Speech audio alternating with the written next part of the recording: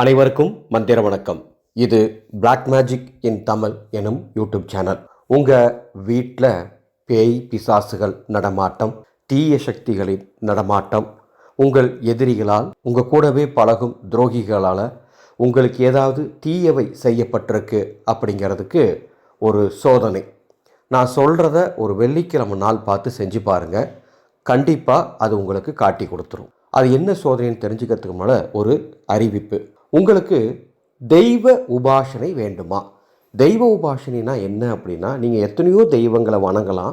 அந்த தெய்வத்தினுடைய மூல மந்திரத்தை ஒரு குருவின் மூலமாக பெற்றுக்கொண்டு, அந்த தெய்வத்தினுடைய தெய்வ குடுவையை ஒரு குருவின் கைகளால் பெற்றுக்கொண்டு, அந்த தெய்வத்தினுடைய அஞ்சன திலகத்தை நெற்றியில் வைத்துக்கொண்டு, இந்த மந்திரத்தை ஒரு குறிப்பிட்ட கால அளவில் நீங்கள் சொல்லும் பொழுது அந்த தெய்வ தரிசனம் உங்களுக்குள் நடக்கும். இதைத்தான் எங்களது பாஷையில் சித்தி செய்தல் அப்படின்னு சொல்லுவாங்க. தற்பொழுது தெய்வ உபாசனை தரப்படுகின்றது. நேரடியாக எடுத்துக்கிறதா இருந்தால் நேரடியாக எடுத்துக்கலாம். நேரடியாக வர முடியாதவங்க தபால் மூலமாகவும் தெய்வ உபாசனை எடுத்துக்கலாம். உங்களுக்கு எந்த தெய்வத்தோட உபாசனை வேணுமோ வாட்ஸ்அப்பில் சொல்லுங்கள், அதனுடைய விளக்கத்தை தருவார்கள். ஏதாவது ஒரு வெள்ளிக்கிழமை உங்கள் வீட்டின் அருகில் இருக்கக்கூடிய அம்மன் ஆலயத்துக்கு போகணும்.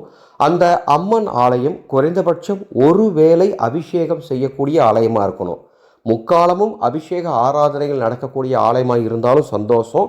குறைந்தபட்சம் ஒரு வேளையாவது அந்த அம்மாவுக்கு அபிஷேகம் நடக்கணும். கோபுரம் இருக்கக்கூடிய ஆலயமாக இருக்கணும். அந்த மாதிரி ஆலயத்துக்கு போகணும்.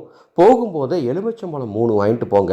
3 வாங்கிட்டு போய் அங்கே இருக்கிற பூஜாரிகிட்ட கையில் கொடுத்து அம்மா பாதத்தில் வைக்க சொல்லிவிட்டு அதுலேருந்து ஒரே ஒரு எலுமிச்சம்பழத்தை மட்டும் வாங்கிட்டு வாங்க. தரிசனம்லாம் முடிச்சுட்டு ஒரே ஒரு எலுமிச்சம்பழத்தை வாங்கிட்டு வந்து உங்கள் வீட்டில் கொண்டாந்து வச்சிடணும். நேராக வீட்டுக்கு தான் வரணும். வீட்டில் கொண்டாந்து பூஜை அறையில் அல்லது ஹாலில் ஏதாவது ஒரு இடத்துல வச்சுருங்க. 3 நாள் நீங்கள் வச்சுட்டு 3 நாள் அந்த எலுமிச்சம்பழத்தை அப்படியே விட்டுருங்க. 3 நாள் கழித்து பார்க்கும்பொழுது அந்த எலுமிச்சம்பழம் காஞ்சி போயிருந்தால் பிரச்சனை இல்லை. நல்லா புரிஞ்சுக்கோங்க. எலுமிச்சம்பழம் காஞ்சி போயிருந்தால் பிரச்சனை இல்லை. அழுகி போயிருந்தாலோ அல்லது கருநிறமாக மாறியிருந்தாலோ, அது அடர் கருநிறமாக இருந்தாலும் சரி, வெளிர் கருநிறமாக இருந்தாலும் சரி, கருநிறமாக மாறியிருந்தாலோ, அந்த எலுமிச்சம்பழத்துலேருந்து தண்ணீர் மாதிரி கசிந்து அது ஒரு துர்நாற்றத்தை தந்தாலோ நிச்சயம் உங்கள் வீட்டுக்குள்ளே ஏதோ ஒன்று இருக்குது. உடனே அது என்னன்னு பார்த்து சரி பண்ணிக்கோங்க.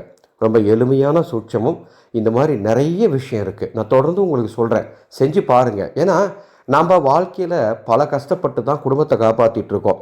எதிரிகளால், துரோகிகளால், கெட்ட சக்தியால் நமக்கு ஏதாவது தீயது வருதா, திருஷ்டி தோஷம் வருதான்னு நம்ம அப்பப்போ ஒரு 3 மாதத்துக்கு ஒரு முறை செக் பண்ணிக்கிட்டே இருக்கணும். இதெல்லாம் பண்ணிக்கிட்டே இருந்தால் தான் சுபிட்சமாக வாழ்க்கையில் முன்னேற முடியும். சரிங்களா? இந்த சோதனையை செஞ்சு பாருங்கள். அது ஒரு 3 மாதத்துக்கு ஒரு முறை செஞ்சு பாருங்கள். இது ஒரு முன்னெச்சரிக்கை ஆடியோவாக இருக்கும். இந்த மாதிரி மாந்திரிக தகவல் தொடர்ந்து தெரிந்து கொள்ள இந்த சேனலை சப்ஸ்கிரைப் பண்ணிக்கோங்க. உங்கள் பிரச்சனைகளுக்கு தீர்வு காண வாக்கு பார்த்தல் மற்றும் மாந்திரிக பயிற்சி வாட்ஸ்அப் மூலமாக பெற்றுக்கொள்ளுதல் போன்ற தகவல்கள் உங்களுக்கு வேண்டுமென்றால் வாட்ஸ்அப் எண்ணில் தொடர்பு கொள்ளுங்கள். மாக்காளியே நமக.